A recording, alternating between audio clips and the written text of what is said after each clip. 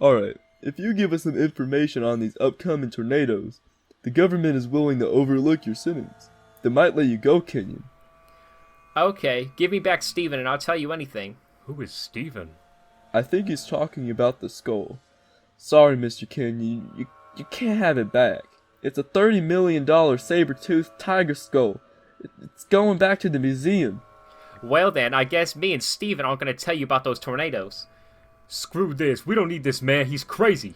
We're out of options, Smithens. Alright, you can keep the skull, just... Steven. His name is Steven. Okay. You can keep Steven. Just tell us what you know about these tornadoes.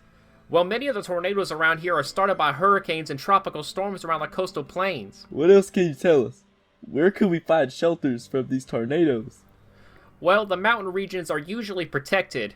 Piedmont especially. Okay, this is some good stuff. Hardly. How many people are at risk? Do you have any statistics that you could share?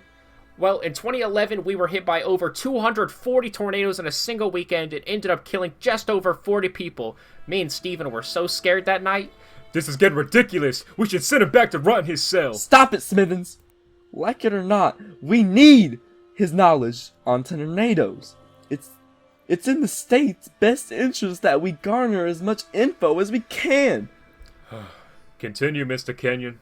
Well, Steven and I's research states that tornadoes are usually preceded by very heavy amounts of rain. Not only that, but also hail. If hail ever falls from a thunderstorm, it's an indication that the storm has a large amount of energy that can be severe. But in general, the larger the hailstones that are falling, the more potential for damaging thunderstorm, wind, or tornadoes. I imagine I can go now. You did promise me and Steven that.